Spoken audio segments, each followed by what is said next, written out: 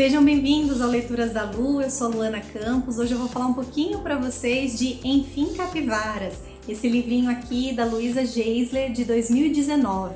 A Luísa tem formação na Federal do Rio Grande do Sul e depois ela fez um mestrado na Irlanda em processo criativo. E ela vem ganhando uma série de prêmios desde a sua primeira escrita, lá em 2010, né? Então ela escreveu um livro de contos chamado Contos de Mentira, que ganhou o Prêmio Sesc de Literatura naquele ano e foi finalista do Prêmio Jabuti. E no ano seguinte ela também repetiu a mesma coisa, né? Então vencedora do Prêmio Sesc e finalista do Jabuti com o livro Quiçá. E em 2012 a revista Granta coloca ela entre os melhores escritores jovens brasileiros. E esse romance dela, então, ele se passa numa cidade do interior de Minas Gerais com 5 jovens. É a estreia da Luísa na literatura para jovens adultos. E ela acredita, né, que parte do sucesso que tem sido esse livro é porque ela não precisou fazer muita adaptação da linguagem. Ela usou a mesma forma que ela já costumava escrever, somente com uma história que fosse mais dedicada para esse público. Então ela vai trazer ao longo dessa narrativa uma série de situações que a gente está acostumado das nossas cidades pequenas, né? Então, um grupo de jovens, 5 jovens aqui, que não tem o que fazer na cidade, né? Que o mesmo carro que anuncia os obituários da cidade, anuncia também as sessões de cinema, e eles vão desenvolver então uma narrativa ali ao longo de 12 horas. Eles também trocam entre si os narradores, né? Então a gente vai ver a mesma situação ou momentos diferentes dessas 12 horas na perspectiva dos 5 jovens, e a gente vai conhecer um pouco do que está acontecendo, dos seus dilemas, das situações, aquilo que os une ou até o que os separa, né, dentro desse grupo. E o grande mote desse livro é que esse grupo de amigos tem entre eles o Binho, que é um menino da cidade que é assim conhecido pelas suas grandes mentiras, né? Então ele sempre diz que ele é amigo dos famosos cantores sertanejos, que o pai dele tem um carro com uma tecnologia que nem existe ainda, né? Então ele é cheio de inventar essas histórias. E quem nunca, né, gente? Quem não tem um amigo ou um parente que tem um pouco dessas características? Então bem legal assim da gente ir olhando para a nossa vida, identificando pessoas que se parecem com esses personagens. Bom, e aí a última mentira, né, ou a última novidade que o Binho traz para o grupo é que ele tem uma capivara de estimação.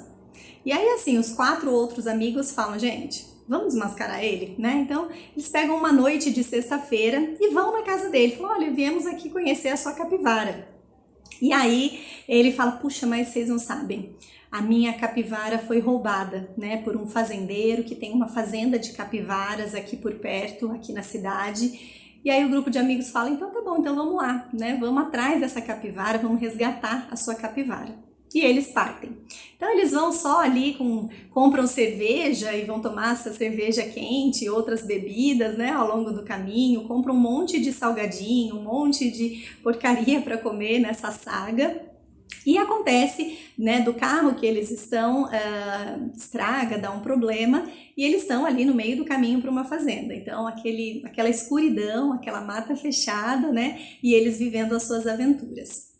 Entre esses amigos a gente vai conhecer então a Vanessa, que é talvez a protagonista dessa trama. Ela é uma menina que recém mudou para essa cidadezinha vindo de Porto Alegre. Então aquele choque, sabe, de quem veio de uma cidade maior, né? Ela fala, poxa, como é que pode uma cidade não ter McDonald's, não ter, sei lá, restaurante japonês, né? Bem coisas que a juventude gosta bastante e que ela não vai encontrar isso na cidadezinha. Por outro lado, a Vanessa encontra ali uma pessoa que ela está bastante apaixonada, bastante envolvida, que é o Léo, um dos outros amigos. O Léo é o filho de um grande fazendeiro da região, né? Muito dinheiro, e ele tem ali 2 grandes conflitos, porque primeiro que ele não concorda com como, né, o pai dele ganha dinheiro, então fazenda e esse jeito de tratar e cuidar dos animais, né? E ele tem uma namorada também que parece tudo certo, né, para ele seguir os planos e os desejos da família com ela. Só que ele também fica muito envolvido com a Vanessa, então ele fica o tempo todo nesse dilema. Além disso, a gente tem né, a gente vai saber aí ao longo dessa noite, né, que eles vão passar juntos, buscando a capivara no meio do mato, entre as fazendas e tal, que entre eles, né, tem um outro amigo, que é o José Luiz, que ele é filho da empregada do Léo, e ele tem um envolvimento com a irmã do Léo. Então, interessante, né, a gente vê esse outro dilema, né, que é pessoas de classes socioeconômicas muito diferentes, a impossibilidade toda que o José Luiz vê de chegar perto da menina, né, e o Léo não tem nenhum preconceito em relação a isso, mas eles têm ali um momento dessa noite que eles também tocam nesse assunto, eles discutem sobre, né, aquela coisa do irmão querendo proteger a irmã, então é um outro ponto interessante. E a gente tem também, entre esses amigos, a Nikki, que é uma menina que fala que, né, já experimentou meninos, meninas e que no fundo ela acha que ela é assexuada. Então, assim, é um outro dilema que aparece aqui, né, bem pertinente ao grupo de jovens adultos. Então, a gente vai ver essas indagações, essas questões vindo à tona o tempo todo.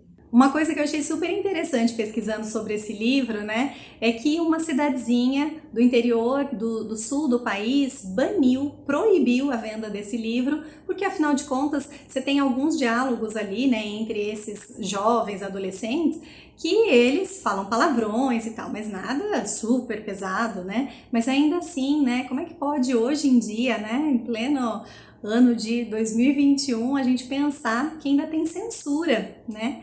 Então, achei interessante conhecer essa parte da história. Eu, particularmente, não tenho muito costume de ler esse tipo de literatura para jovens adultos. Eu gostei bastante, principalmente quando eu penso assim em livros para a gente ler depois de uma ressaca literária, sabe? Sabe quando você leu uma obra muito densa ou muito extensa, muito difícil de ler?